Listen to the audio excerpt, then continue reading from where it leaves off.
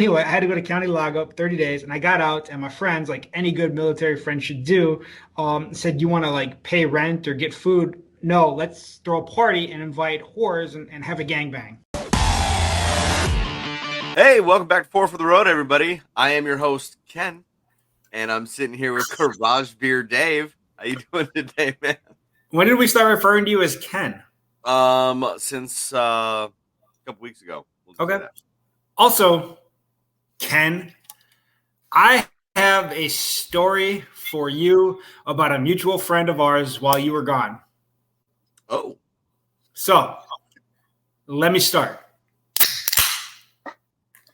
Hopefully, is it one of those? Is it? Hopefully, made that in the audio. So, because I can do that too. So this motherfucker, who you already know, and when I use the word, you know what? I shouldn't have said motherfucker. I hate when people do that, calling your friends motherfuckers, but it's a term of endearment. Would you let somebody else call that? Motherfucker. Yeah. But so this guy, so we're hanging out a few weeks ago, and you know, he gets a few drinks in him. He turns into a wild man. I love him to death, but maybe we shouldn't let him drink anymore. I don't know. I'm just spitballing here. But anyway, so we're out. We're having a good time. This dude decides that he's going to pick up. Oh, hang on. I got to turn my phone off. Vibrator will just go off here. So we're at the bar. We're having a good time. This dude decides that, you know what you need on a Tuesday night is some pussy. I'm just kidding. It wasn't a Tuesday night. It was a weekend. So it makes it a little bit better. But so he's hitting on this girl. You know what? I'm going to be honest. I didn't even think it was going well. He's trying to lay game. You've seen him before. He doesn't have that much game, but apparently she's digging it. So they're talking, they're hanging out, they're having some drinks. It's whatever. Kind of laughing at him, making fun of him, but also encouraging him. You got to encourage your boy's dick once in a while. You got to help guide the ship. Yeah, you got to gas him up. Yeah, so we're giving her shots so that he looks better, and everything's going. I don't know if there's enough alcohol in the world to make him look better, but okay. So I remember at one point, homeboy realizes he's drunk, comes up and gives me his keys, and I was like, okay, that's a pretty responsible thing to do. So I, being the responsible character that I am, I don't know, like an hour or so later, decided to give his keys back to him. But hang on. In my defense, he said, I'm going to go to 7-Eleven and get a Gatorade for the morning. I get it. And again, to give you guys context, where this bar is at, the 7-Eleven is like attached to the parking lot. So it's no big deal. Like you can go there. He's not going to drive. We could watch him from the door. He's fine. So I give him his keys back, which I'm like, dude, that'll be a great story on the podcast. Give him his keys back. He goes.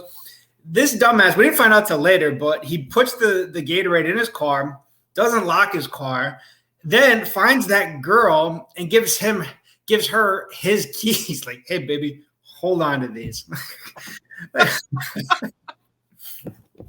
So all of a sudden, I would say, I don't know, if you're our age, maybe it's late, but it wasn't even that late in the night, maybe 1 o'clock, something like that. Homeboy is just gone. Don't know where he's at. Can't see him.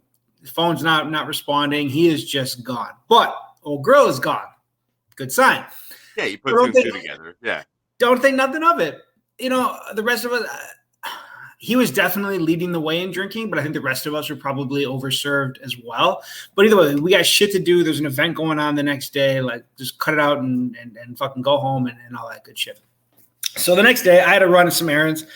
And I'm driving down the road. I'm probably, I don't know, a mile and a half, 2 miles from that bar that we were at. And I see this fucking bum walking down the road. It looks like a bum walking down the road. All kinds of fucking wobbly and disheveled and all this shit. And I look twice, and I'm like, you got to be fucking kidding me. It's our boy. So I pull onto the road, and I'm like, dude, what the fuck are you doing? Bro, if I'm lying, I'm dying without missing a beat. This motherfucker goes, bro, I woke up. I had to shit so bad. I shit in her toilet, plugged it, and just ran out the door. So he's describing this scenario to me. He's like, look, bro, it's like one of those bathrooms that opens up into the bedroom. Like it's not in the bedroom, but like the door and everything is just connected with the bedroom. It's like you're looking straight at the bed. He's like, if I would have shit with the door open, I would have been watching her in bed. We're still pulled over on the side of the road. Like, I'm dying like this. He's like, dude, I can't see shit. I took my contacts out. I'm blind. He's like, the shit wouldn't go down the toilet. I couldn't see if there was a plunger. So I just leaned over. I like wiped my ass and I leaned over and I was like, oh, I got to go meet the boys. And phew, out the door he went. And there's tears streaming down my eyes while he's telling the story. And I was like, you got to be fucking kidding me. He goes, nah, dude, I plugged the fucking toilet. And I was like, all right, whatever. It happens. So I take him and we go back to the bar because that's where his car is at because he had to ride home with her. So you know what? Round of applause for being responsible, not drinking and driving. Yeah. Drop him off. I see him get in the car because Genius didn't lock it and he's enjoying his Gatorade and drive away. All of a sudden, the phone starts blowing up. This motherfucker forgot his keys and like, I don't know, his sweatshirt or something else and a hat. He forgot it at her house. So he's in his car, but he can't fucking go anywhere. And now he's got to call her for his keys. So again, he's like telling the story. I'm surprised I didn't crash. I'm just dying. It's like, do you want me to come around and get you so you can get? He's like, no, I'm going to wake her up, make her come give me my keys. He's like, look, this will be a test.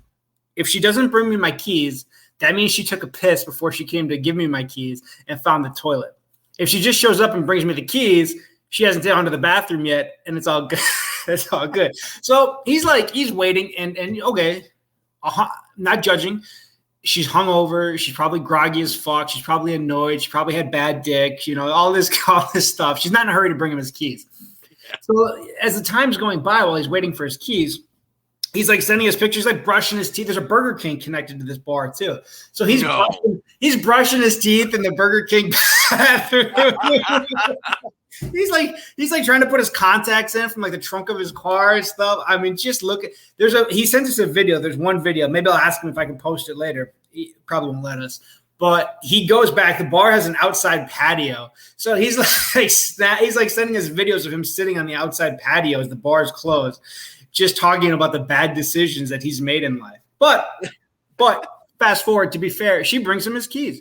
Doesn't say a word, like no drama, nothing. He said she just gave me my keys and that was it. But she said she hadn't seen his hat. So he's like, dude, I know my hat's there, but whatever, fuck it. Chalk it up to the game.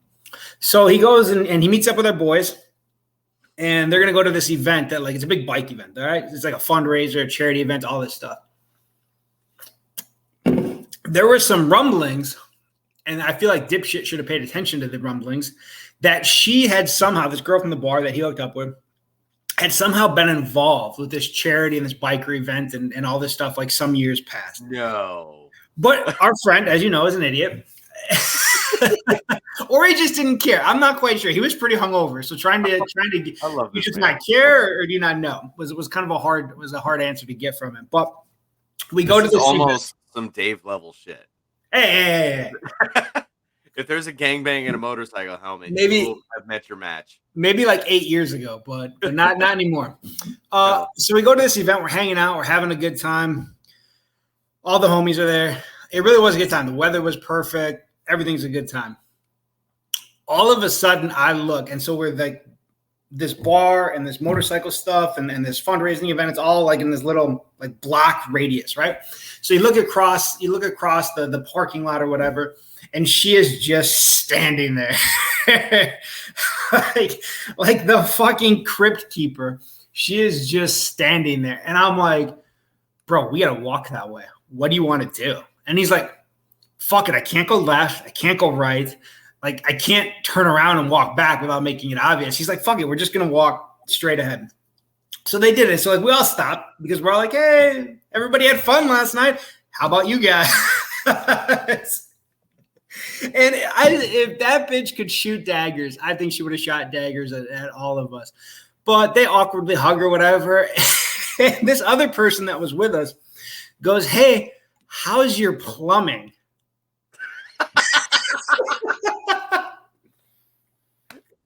Oh, yes. Oh, that makes me so happy. And so whatever. Everybody says hi. It's awkward. We walk away.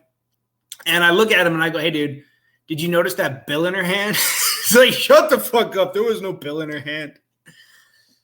So that is what you missed. I will say though that our friend asking how her plumbing is almost had me piss my pants.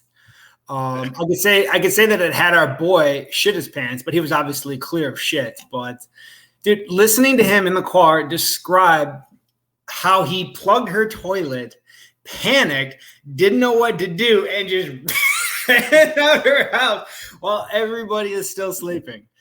That'll be one of my top favorite shits. And I don't think he's gonna let us post the video. I mean, he wouldn't even let us use his name. You know what I'm saying? So I don't know. God bless him. God bless her. God bless America. Because this is some. I fucking love this area, man. So if you ever go to a bar that's got a Burger King and a 7-Eleven attached to its parking lot, or kind of in the vicinity of its parking lot, look for a girl with plumbing issues, and you two might get lucky. I think I'm gonna have to make a T-shirt now that's just like I'm a plumber, or I unclog toilets, or some shit like that, and just go hang around bars until she comes up and says, "Hey, you know what? I got a story for you." I'm gonna be like, "Oh, you're her. Got it." Hey, I feel like for our next shindig or our next big ride together or party or whatever, we should all get matching shirts for him that have the plunger and the toilet on it. I want to see if I can make those real quick. Like they don't have to be even good. It can just be some clip art shit of a plunger and a toilet, and then just like the abbreviation of like, if you know, you know. You know. Or maybe you know how like everybody's fucking gaga over stickers. Maybe we could just make him a plunger sticker.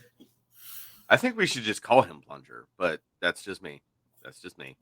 I think we should get him some plunger stickers, and then that can be like a secret like handshake that he hands out is just plunger stickers. Right? Like if you know, you know. But speaking of stickers, yeah, you have started sticking around, huh? A motorcycle club. Yeah, I started.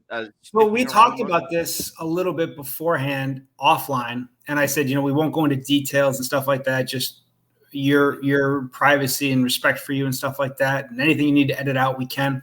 But you made a decision on joining a motorcycle club. I did. Yeah,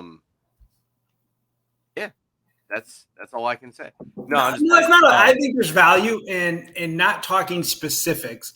But I think there's value in having a conversation around the journey and finding a home. I think that there's a lot of people that listen to Four for the Road podcast or write in and stuff like that. It's a community engagement page that are going through the same shit that you're going. They're trying to find a home and make a good selection. No, I think so as well. So can you, I'll steer this and you tell me what you can give. Okay. Can you tell us why you chose to land where, like, what was it about? Was it the club? It's the overall club itself. Was it the people? Was it a certain aspect? Like, what was it for you that was like, you know what, this is home? Dude, I really can't. And the reason I can't is there's no like one or like top 5, right? Because when I started hanging out, it was for this reason.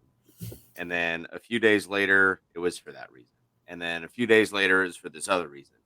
And there's just so many things that I love about the men in this club, the club itself, and the area in which they frequent, that it just felt like home. Right? Like there's really no other way to describe it. I can't tell you exactly, like nail it down. It just feels like home. I didn't feel like I had to force conversations. I didn't feel like they expected me to be a certain way and I had to be that way. I could just be authentic. I could be myself. And they accepted me for that. Some of this, like a lot, there's a lot of things that like we don't agree on, right? Whether it's fucking motorcycle club related stuff or not. But at the end of the day, we can sit here and we can exchange ideas, we can have conversations, and we cannot hate each other for that. And I think that aids in the ability to be authentic, and they expect everybody to be authentic. If they see somebody acting out of character, they're going to call them out and be like, "Hey man, since when did you grow, balls six sizes too big?" or hey man, like you're usually like pretty loud and kind of the life of the party, and you're kind of quiet. What's going on? Like they keep everybody. I don't want to say they keep everybody in check, like it's a bad thing or anything, but like they keep tabs on each other and they make sure that everybody's good.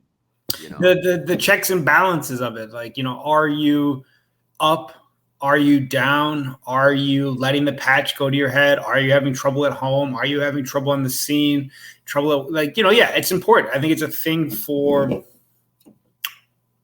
people to, whether you're in a club or not, like if you have friends, if you have people that you're going to associate with on that kind of level of a brotherhood level, homies, whatever, you should be, I'm going to stretch my vocabulary today. You should be able to kind of have I can't even say it right now. I'm going to stretch my vocabulary and then fuck it up. But yeah, you should have that litmus. Fucking Christ. I can say it. You're saying it correctly. It's litmus. Yeah, but I can't fit my tongue if I squirrel. But yes, you should squirrel. You shit toilet plug. You should have that. You should have, let's start over. We should have that ability to know when your boys are out of whack and to know when something's up or to know when they're getting out of pocket and be able to have those difficult conversations about what's going on. How can we bring you back in? How can we lift you up? How can we calm you down a little bit? Whatever the situation calls for. I think that's absolutely something it's a critical component to have homies or brotherhood. And you know what? Like what else I've noticed is that when you're looking at larger clubs, it's really easy to have that like click thing start whether it's within a chapter or this chapter thinks they're cooler than everybody else. And I'm not saying that every club's affected with that. And you know what? I'm not necessarily going to say that it's wrong or that they are wrong because, I mean, depending on what scale you want to use, you could prove mathematically somebody's better than the other, right? Or you could try rather. But I haven't heard, and that was another thing that fucking just blows my mind, is that when you listen to these men speak about each other, whether it's somebody in their chapter or somebody in a chapter that's close or somebody in another state, it's with nothing but respect, with love, and you can see it in their eyes that this isn't just some bullshit that they're spewing because, oh, well, he's my brother, so I fucking have to. Like, you can tell that this is 100% authenticity that you're getting from these men. And again, man, like it just felt like home, and it felt like these guys have pushed me to be a better version of myself, and that's why I'm here trying to earn my way into the brotherhood. And something that you and I talked about, and I'm pausing to I'll come back to it in a second. One thing you said that I did like though was the click part, and I think my personal opinion here. None of us speak for any club or anything like that. But I think when you get into a large group of people, no matter what the fuck you're doing, motorcycle clubs or not, it's inevitable that there's going to be cliques. Like you're just going to have people that you vibe with, that you have more in common with than others. You can't argue that for any large organization. And it doesn't necessarily have to be a bad thing as long as you're not exclusive, as long as your group or your clique is not shunning or disrespectful to other people that have put in the work and the effort to earn that patch or to earn that standing that you have. As long as you just understand that some people are just different, I don't think there's a problem with cliques. It's when you get that kind of better than thou version of a clique, now you run into issues. But otherwise, I think it's only natural for people to gravitate towards similar interests. That makes sense? Yeah. No, I 100% agree with that. And I like how you put that cliques aren't necessarily a bad thing, but it's when you become like the cool kids club, like that's when it starts to become a problem. I really like that because you can't. We're no different. We're no different on the page. Like you and I think are tighter than we are with some of the other guys, and that's okay because we're not like, oh well, fucking we're so and so or we're whatever. Yeah, like I've ridden with you and Jim and I've had the opportunity to meet Silent and Road Dirt I've had Professor come to Wisconsin, and we've had dinner with Chop and all this stuff. But I've put in more miles with you and more miles with Jim and all this stuff. But I don't think that I would respect any less something that comes from Notion. I respect him a ton. I don't have the same relationship with him like I do with you or Jim, because we just haven't had. He lives fucking 3,000 miles away. Like it's not the same ability to connect. Yeah, like I have with you and Jim, but I don't respect him any less than I do. I have the same amount of respect, a high level of respect for him, like I do you and Jim. And so that's kind of one of those things too, where you may have brothers that live across the country that you're not seeing as often.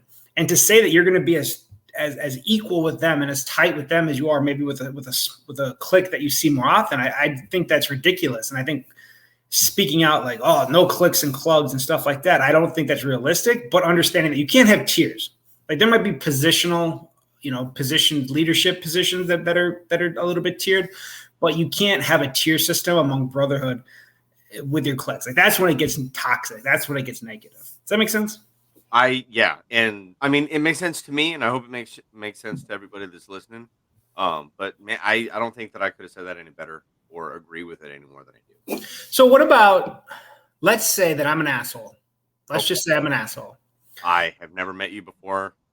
And let's say that I just have a really small dick, but I have to flex this small dick on you. And the way that I'm going to flex my small dick on you is to give you shit for choosing to not go all the way to the top tier. I guess people can't see me using your quotes. Yeah, there are air quotes. The top tier of motorcycle clubs and going, whether you want to say diamond or 1%, because I do think, my personal opinion, there's a distinction between the two. But let's say for this sake of conversation, for this small dick syndrome, we'll say 1% is the top tier. I have an attitude problem, and I want to tell you that you should have just went 1% and all this. What was it for you that said, you know what, this is where my home is, versus something like a 1% club? I wasn't really thinking about that when I told these men that I wanted to pursue membership in their organization. But once I made that very clear, I did start thinking about it, because there are clubs out there that wear a diamond that I know aren't necessarily going to get me in trouble with my job, right? Like that was a big thing. But I think for me, there's just a level of dedication and a separate set of rules and politics, in my opinion, just from what I've seen. I'm not speaking for them, on that side of the tracks. And that's just not something that I personally felt that I could balance. Hang on. The three. What's Wait up? a minute. You felt personally that after looking at the pros and cons of each motorcycle club and what their level or expectations or operating type is, you made a conscious decision to say that I don't know that for the good of my career, sanity, family, all this stuff, I don't know that I could properly balance it the way it needs to be. You made a smart, intelligent decision.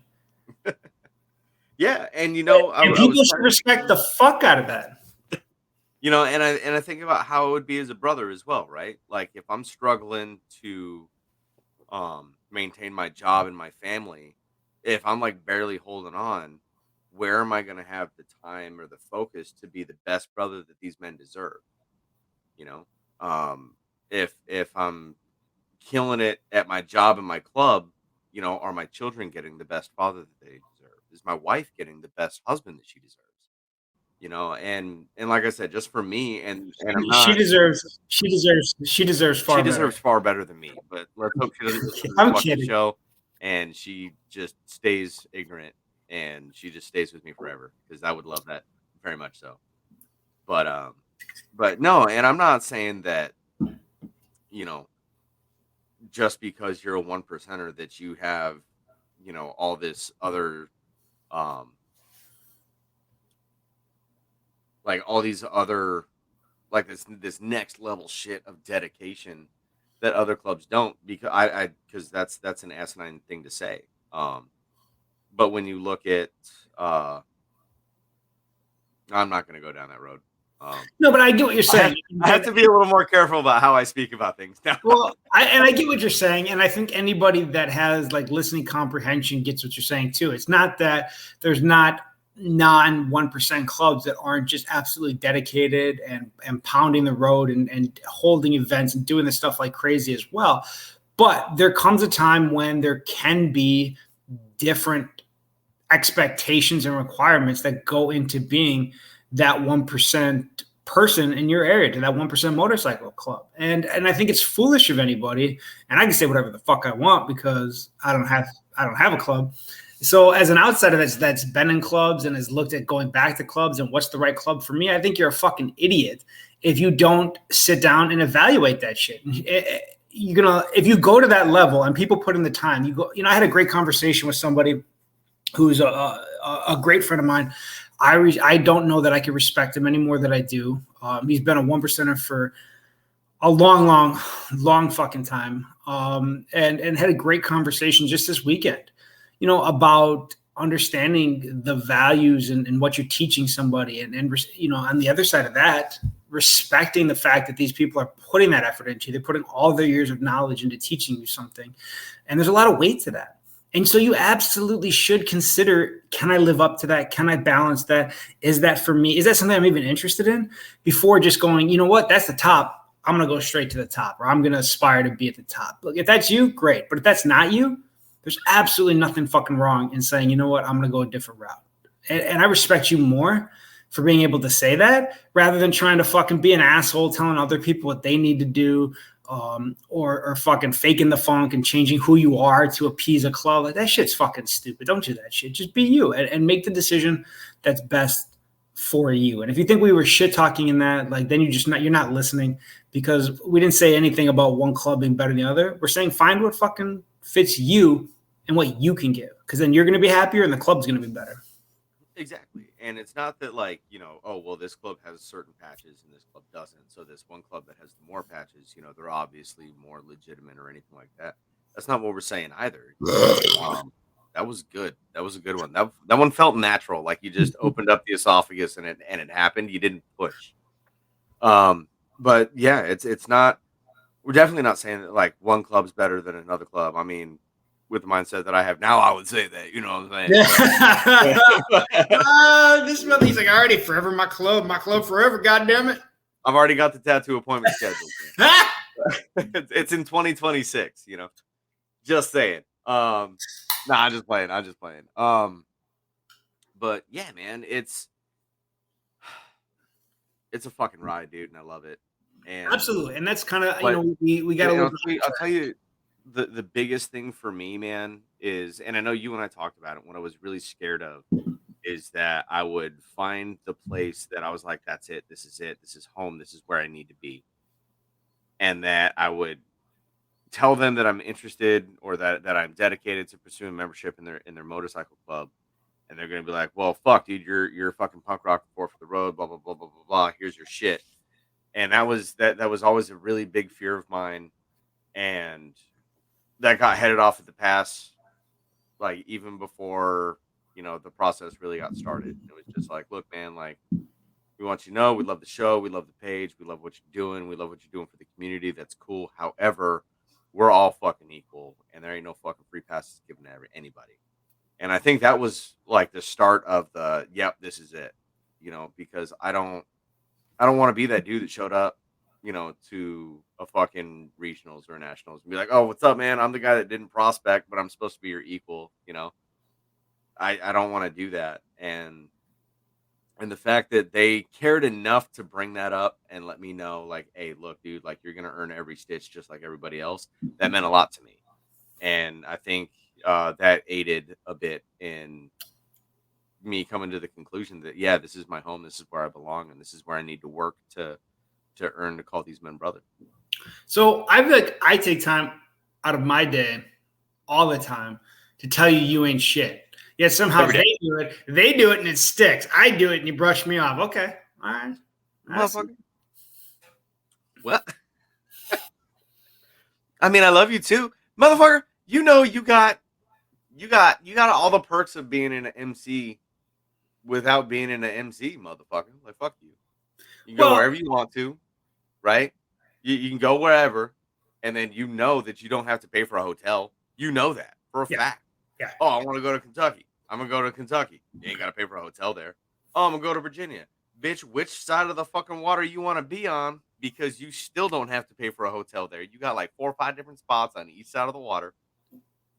Yeah. So, Well, and I've slept with you in 2 of them on both sides. So that's rad. well, Not like a sexual way, but like a little bit I like a have. sex way. I mean, not for the show. They don't need it. But I will say, so a conversation that I don't think we ever got to record, and I kind of want Jim present when we do it, but we have so many other shows that we need to do with Jim, especially the history one. Really excited for that one.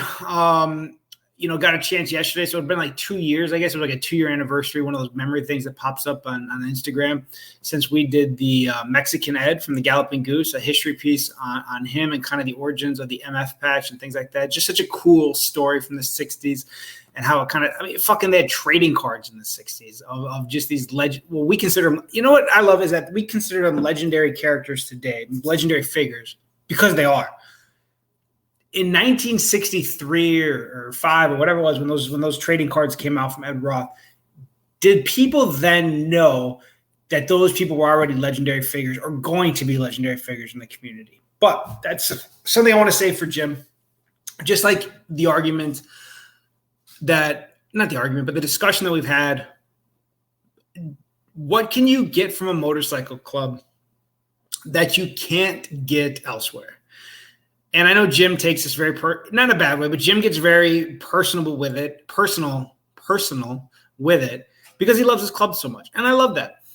But I don't think we ever had a chance to record a podcast where, we discuss you don't need to be in a motorcycle club to have what motorcycle clubs have. And nobody can make that decision for you because there may be one fucking thing that you get from a motorcycle club that outshines every fucking thing else, every pro, every con, everything else. Like, you get one thing in return from being around a motorcycle club. That's enough for you. It's an individual fucking decision, but I don't think people should feel like they have to join a club because they're missing out on something. You're not missing out on shit. If it doesn't do it for you, you can still have absolutely everything that a motorcycle club has without putting on a patch. Only the people that get something, a certain it factor in the very core of who they are, should join a club. And I think that's why we have so many fucking pop-up clubs that are just fucking retarded, is because people have this wrong impression that to be in the community, they have to have a patch. So they don't want to join an actual established club. And they don't want to go through the rigors of joining that club, the process, the forging, if you will. And so they think that's the only way to get into the community, and it's not.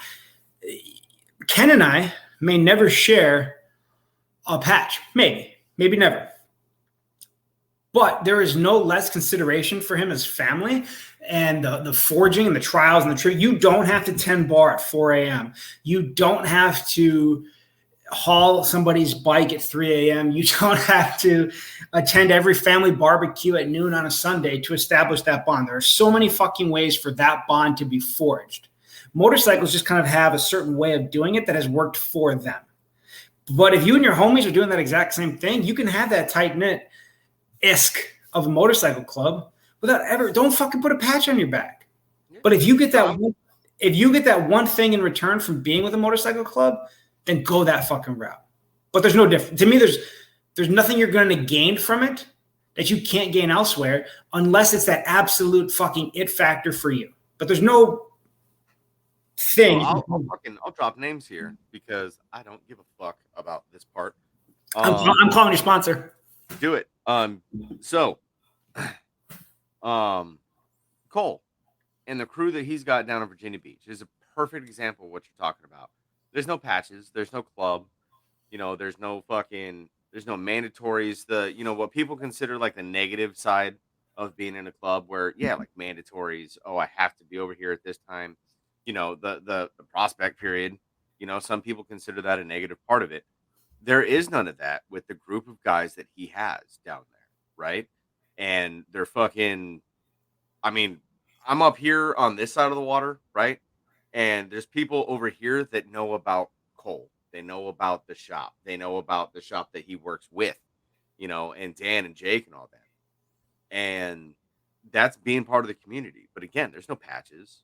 There's no club. That's just Cole. That's just Dan. That's just Jake. But how they move, how they respect each other, how they treat others with respect, and how knowledgeable they are about the culture, about the community, the motorcycles themselves. That's what I think sets them apart from just a couple of guys that like to go riding every now and then. Shout out to Dynafab Performance. Hashtag Dynafab work. And Dynafab Cole, hoorah. We, but like you were saying, right? There's for some people, there's going to be something missing in their lives, right? And that's not to talk shit about anything. That's not to say that their family isn't adequate or anything like that. But there's just going to be something missing where they need to belong to something, or they feel the need where, oh well, I've got 4 girls and then my wife, and I don't really have any dude friends. And then he discovers a motorcycle club, and then it's just like, hey, this is what the fuck I've been missing. I mean, there's a myriad of reasons why somebody would want to join a motorcycle club, but like you were saying, man, as long as that motorcycle club fits for you fit for that club, then it's going to be a great relationship. And I think that's what people should treat it as is a relationship. This isn't a fucking hobby; it's a lifestyle, right? And if you're going to maintain that lifestyle, you got to take it seriously. But, and I think one of the arguments with Jim too was like, you don't have to have a patch to take it seriously. And one of the examples that I always come back to, or a couple of the examples that I always come back to is, the mercenary guys. The mercenary guys travel fucking everywhere together, and they're not unique. There's other groups like that. There just happen to be a reference that I have because I'm friends with them.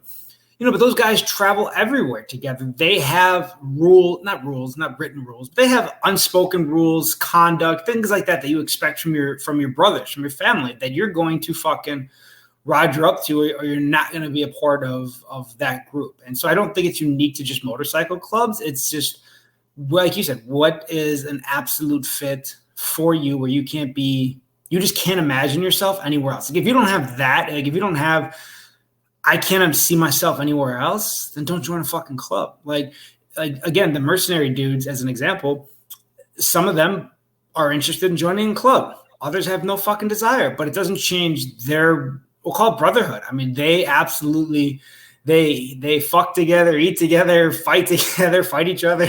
They do kind of all that stuff. Punch the outskirt friends in the mouth. It's okay. I still love you, Zach. I still love you, even though you punched me in the mouth on fucking Main Street in Daytona. It's okay. I didn't do nothing to you, by the way. I don't know. I know you weren't there, but you were there. You know what I'm saying? Oh, just spilling all the tea. And another notable example that we, again, just bring it back to people that we can relate to or had on the show, Jace, is the same way. They do, they have that ride that they do for kind of I don't want to call it the fast life guys or whatever, but I think that's just kind of how everybody can kind of, yeah, I mean, he's got the associate it, but they have the same thing where they're not paying dues, but they're kicking in money for the trips together, and there's an expectation that you're going to be there at 3 a.m. occasionally, and you're going to make it to the barbecues, and you're going to make that cross country ride, and you're going to make it to, the house or whatever. Like there's levels of expectation, trials and tribulations that they put each other through or go through together. That's the same with motorcycle clubs. So you don't need a club to have that brotherhood, to have that camaraderie.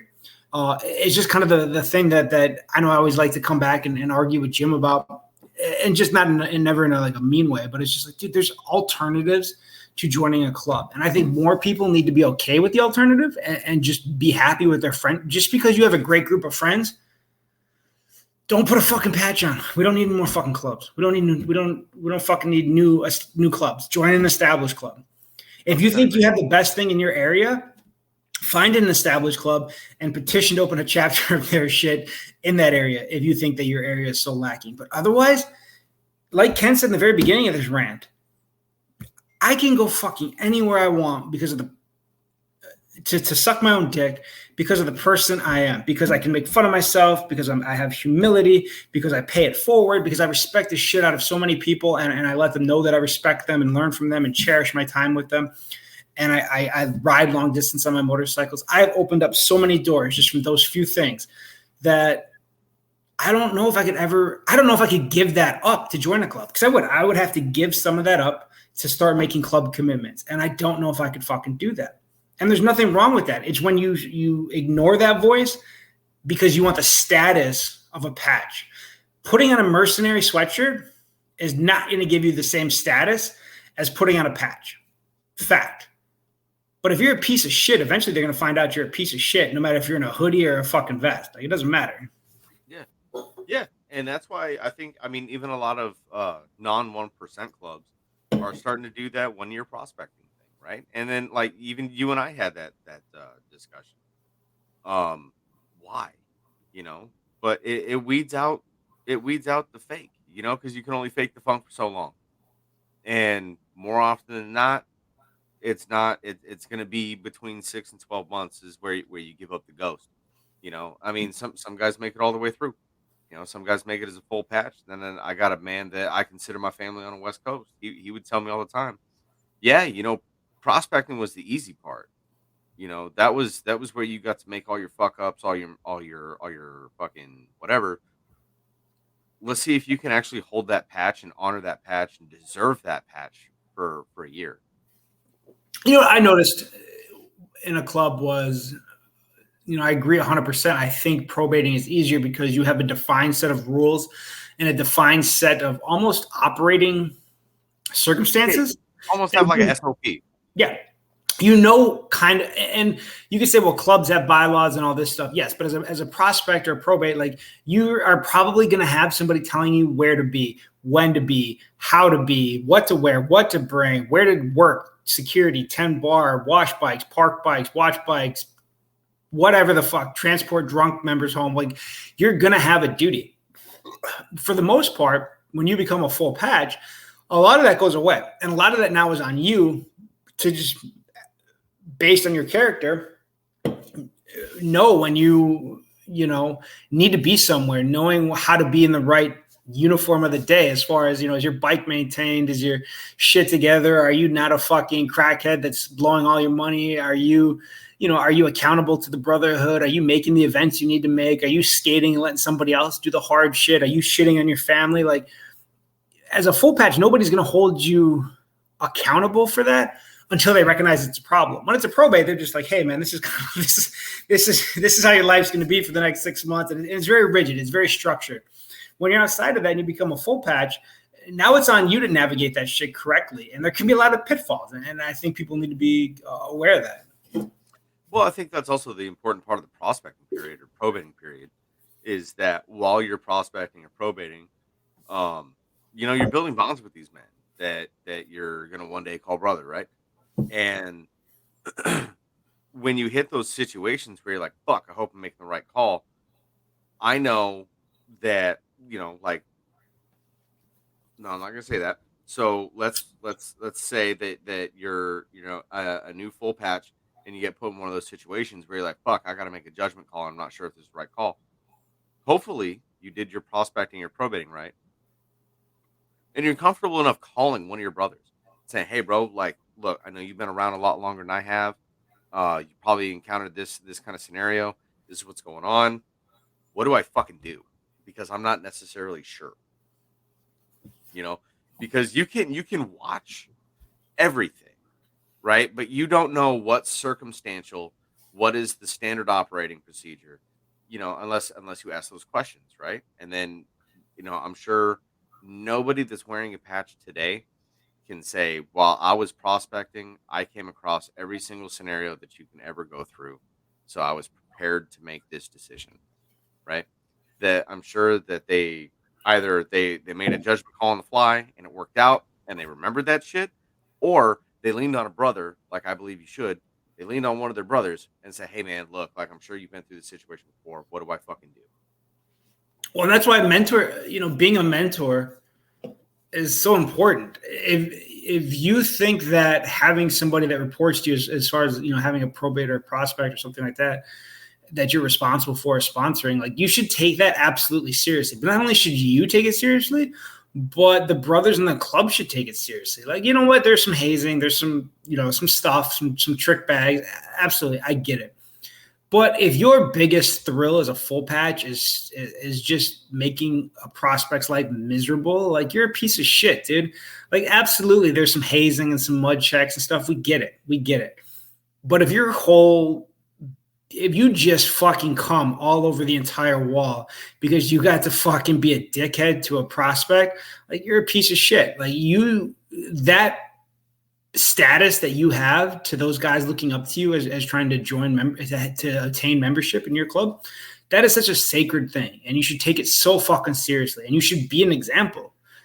Like, I'm not saying you have to fucking be their milkmaid and their mom and hold their hands, but there should be no higher honor for you, really, that I can think of, than to train that next generation or that next crop, and to be somebody they can come to with questions, to give them hard lessons, to give them knowledge and history, and be a guide and a resource for them. Like, that's the shit that should get your fucking dick hard.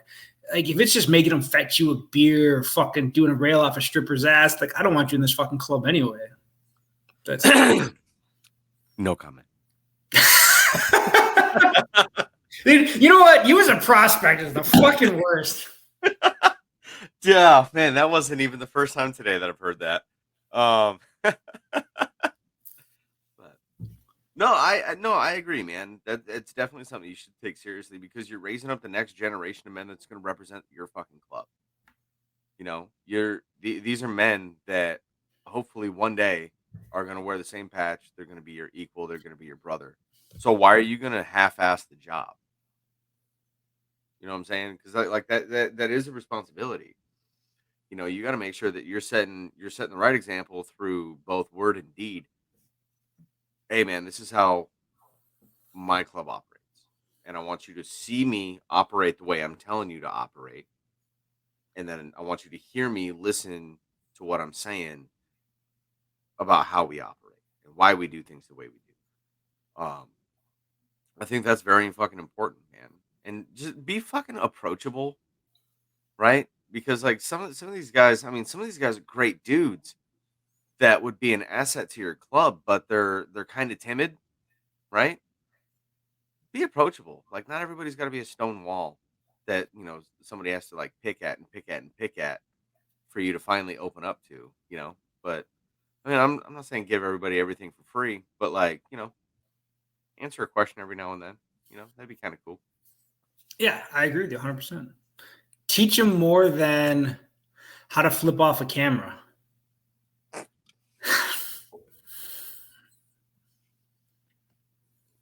Fuck you, I was drinking.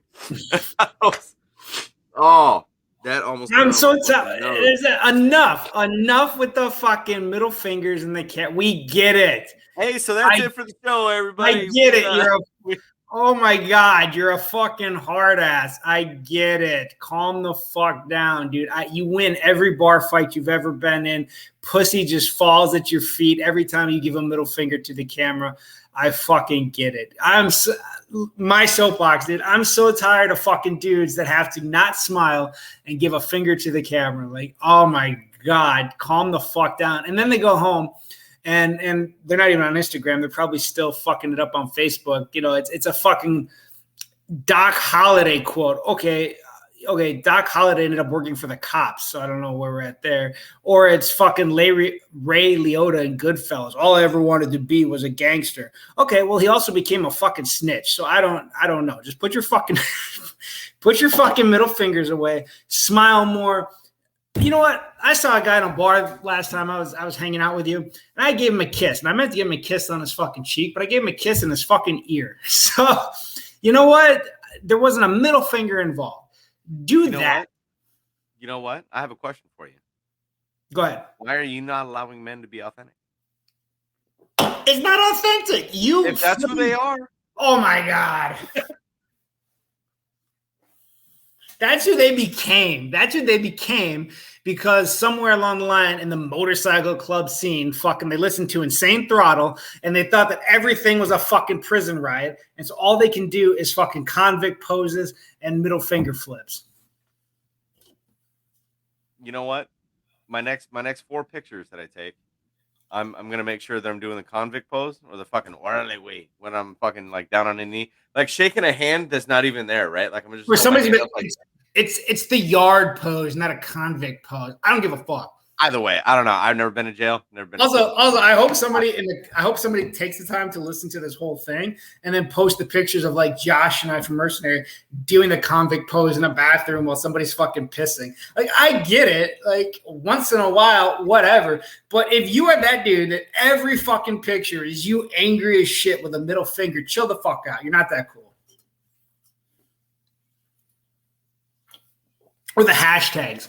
The fucking hard guy hashtags about I'm gonna kill you or what. I mean, okay, I'm being a little bit ridiculous with that, but dude, you're hard flexing on the internet.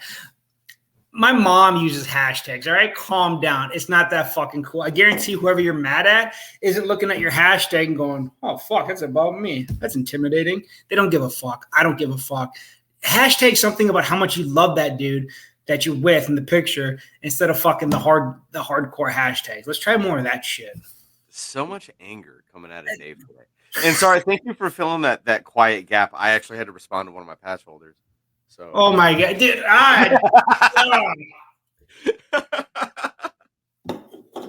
In all reality, the reason I was responding to him is because he and I went out and plugged the girl's toilet. We had a good time. We did not plug any woman's toilet that time, and we had a good time. And then he was a little worried, like we were hanging out at his house, and he was a little worried. He's like, "Hey man, like I'd really rather you eat and hang out for a little bit before you went home." I said, "Dude, absolutely. This is your house. I'm here. I'm gonna do what you ask of me." And he gave me the most fucking delicious ramen noodles that I have ever had in my life. And I said, "Bro, where do I find these?" And he was just like, "They're sporadic. Every now and then you'll find them here, and here, and that's it." And then he sent me a picture of him purchasing a sleeve of them. And I was like, "Dude, where they at?" He was like, "Oh, they're at this spot over here, but I bought all of them because they rarely have them in stock, so you can't get them." So what I got from that story, good story, but what I got from that story is even the club has already figured out that you can't drink for shit. Wow, that was weird. So what Cole and I have known and what Jim and I have known for a long time, they're now figuring out. Also, a person that we both know, last time I was down your way, spent, and I know this is not disrespectful in any way, shape, or form. He spent probably 45 minutes, an hour, talking about a hot dog stand in some like country ass town that maybe he was from, maybe he enjoyed riding through. I don't really remember that gist of it. But I have never in my life been so just erect over another man describing hot dogs to me, a phallic object, as I was listening to him tell me the story of why he enjoys these hot dogs from this podunk ass hot dog stand in this podunk ass town. I mean, I was just hot dogs are great. What? Don't get a body like this by eating right and working out. You know what I'm saying?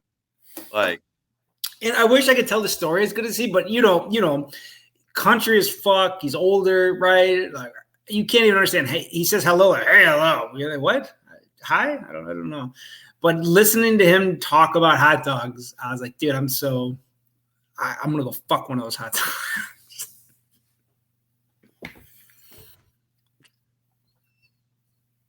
Let it out. And you said this is the last time you came down? No. Oh, I was gonna say I don't think we saw him the last time you came down. No, it was a couple of times ago. Yeah, it was. So it would have been the time that we met. Yeah, because because it was the time after that. We were going to meet at the bar, but then the storm slowed you down. No, and then okay, so you it was the watched me time. turn left to go to my house while you were sitting at the stoplight. It was 2 times before that. Okay. Dude, So that trip was fucking so that was wild. the trip then. No, the hot dog thing happened a few trips before, but this last trip out to Virginia to hang out, that rain was fucking coming over the Portsmouth Bridge and Tunnel. That shit was fucking deep. And then my dumbass, I didn't know that like Ocean View floods. I don't know. I lived in Virginia for a long time, and yet I guess I just never paid attention to Ocean View. Which, Yeah. if you're from Virginia, you can insert a joke there. But so I got up. I was like, dude, this interstate is fucking like I'm gonna drown. Like I'm gonna hydroplane. I'm gonna fucking die. So I'm gonna take back roads. So if you know Virginia Beach and Norfolk, stuff like that, I got off at Willoughby. It's Willoughby Spit, the boat landing that I like. You've been there. Yeah. Yeah. Well, that fucking thing was more underwater than the interstate. Yeah. And it started raining so hard that I just pulled under that overpass and like I had a beer in my saddlebag. I just pulled it out. I was drinking. The cops came by. Like, are you all right? I was like, yeah, I'm good. And they just kept going. Like, maybe don't pull over in fucking Ocean View. But I had such a good time riding around. I mean, obviously, I got a chance to ride around with Cole and stuff like that.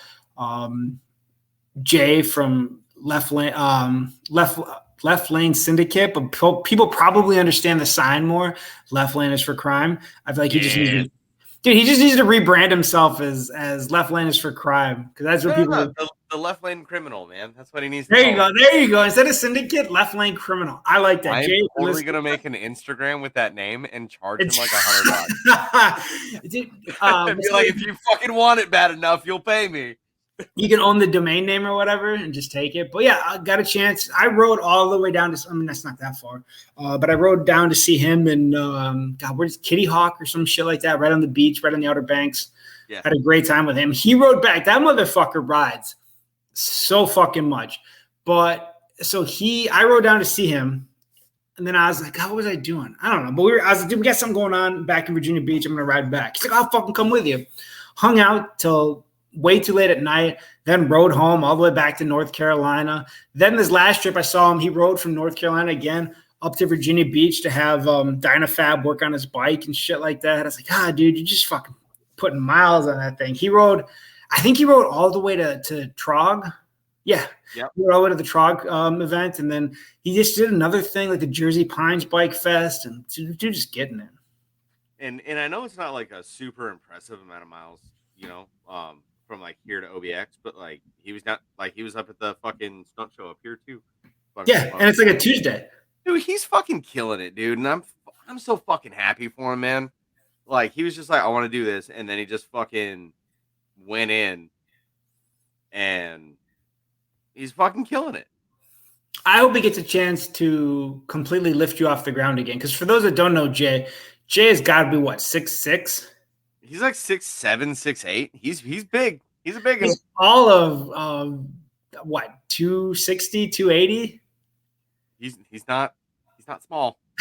All right, like that motherfucker takes a tall boy and makes it look like a shot glass, and to see him just lift Ken up off his feet because what are you, 5'8"? I'm 5'9". Thank you. In fucking heels. To see him, was just fucking phenomenal. But yeah, the trip was great. We got a chance. So I blend them together with this one where I drove down and stuff like that with the bike trip. But yeah, just getting a chance to hang out with you guys. What are you looking for? I sent you that picture of, I forget who it was that came over and just like picked me up. Like they baby beared me. Like I was nothing. Wasn't that Jay? Like eye level with Jay. Jay didn't pick me up. He was standing next to me. He was going to bend down for me because I'm a little guy. And somebody just kind of came up and grabbed me by my knees and just stood up with me. And they're like, all right, take the fucking picture. And I fucking died. I died. I don't think I've laughed that fucking hard in a long time, to be honest with you. That was a good fucking picture. But I think it just shows the differences in So I think everybody knows that you came from Jacksonville. and you didn't have it thing or a vibe or a fit that was what you were looking for. Now, I've been to Jacksonville many times. I have friends in Jacksonville. I love how Jacksonville operates, but I can understand where maybe other people don't. I think you have to be looking for it, that sort of thing. I think to maybe enjoy the club scene in Jacksonville. I don't know if I'm saying that right, but I think in Virginia, or at least kind of where you're at, one of the things that I've always enjoyed is the differences. There's just a variety that some places lack, and I don't mean that in a negative way where like it's saturated with too many clubs. A lot of areas are afflicted with that, but you have a variety of different types of club, different, if you want to say, tiers of clubs or whatever. Like if you want to say, what that club is about or what it represents and things like that. Like there's just so many different options. And then there's also the independent community of guys that just fucking ride and they just smash miles and they don't really need or want to be in a club. Like you just kind of have this entire melting pot in this Hampton Roads, kind of area. That it's something I've always enjoyed. I know and the same thing, how maybe Jacksonville wasn't necessarily for you. Somebody could say the same thing for them about Virginia. I've enjoyed both places, but I see the differences. And I love what Virginia brings to the table. Yeah, man. I mean, it's definitely an individual experience, Like, I mean, yeah, I didn't have a great time in Jacksonville, but then I've never had a bad time in Cocoa Beach. You know what I'm saying? Like, it at the end of the day, it's just an individual experience, and that even comes down to clubs, right? Locations, clubs, even fucking chapters of clubs. It's all how you take it, and all how everything fits in with you. And if it doesn't fit, it just doesn't fit. Like for me, it's the heat mostly in Jacksonville. I think the only way to describe the heat in Jacksonville is just disrespectful. I think that's just the weather there. It was disrespectful. But yeah, like I mean, there's people there that fucking moved there. Like my buddy Matt. He moved down to Jacksonville. He fucking fell in love with it, and he retired from the military, and he's staying down there. Where I couldn't. I dropped 3 personnel action requests to get out of there early, and they were all denied. But that's besides the point. Like I said, just individual experience. Yeah, and it's gotta be the right fit. And it's like our dude on a toilet. That turd ain't going nowhere, bro. It's just not a good fit. Yeah, man. And I think that's where to end the show and where to leave it, and possibly a title. That turd ain't gonna fit. That turd ain't gonna fit, fella. Well, hey, Dave, it was good. It was good fucking finally getting back into this, man. I got the planner. The 2023 planners are out. I bought one. We're gonna start scheduling shit. Nobody's gonna stick to no fucking schedule. We all got shit that we do. Sometimes we lie and say that we're busy just because we don't feel like doing a show. Sometimes we're busy. Sometimes you got to run out and do gang shit and hold up a 7-Eleven or fucking whatever. Sometimes we're busy flipping off the camera. I don't know. But a schedule is not going to work. Or it's going to happen. We talked about it's going to happen. No, go ahead. Go ahead. I will bet you 100 fucking pennies that the schedule works. No, because you're going to get, what kind of episode you're going to get. You're an asshole for saying that. So anyways, Dave, it was good to get back into this with you. Hey, you know what? Fuck your schedule. It's not going to work. It's gay. But lock Jim into a date to do the follow up to the history podcast. That's a great one. It'll be a good one. That should be our next banger. I think it should be. And I'll just let him know that you lost his number because apparently you can't call him. So, hey, anyways, thanks. I scheduled the last one, and that's the argument I used against scheduling. I was like, dude, you told me you wanted to do it on X, Y, and Z date, and then fucking fell asleep at the wheel, Jim. So don't give me that shit. Oh shit, I'm no expert, but I'm pretty sure those are shots fired. Goddamn right. I'm gonna go get the camera. All right, I promise this time we're fucking leaving. But we appreciate all the fucking love and support, guys, and all the fucking messages telling us to get off our ass. and do another fucking episode because we have been lacking and slacking, but it's okay because we have real lives that we're living. And I am fucking terrified to speak now in a public forum. So there's that also. Y'all have a great one. Dave, again, man, it was good seeing you, man. And we'll catch y'all sometime soon, and we hope with another episode.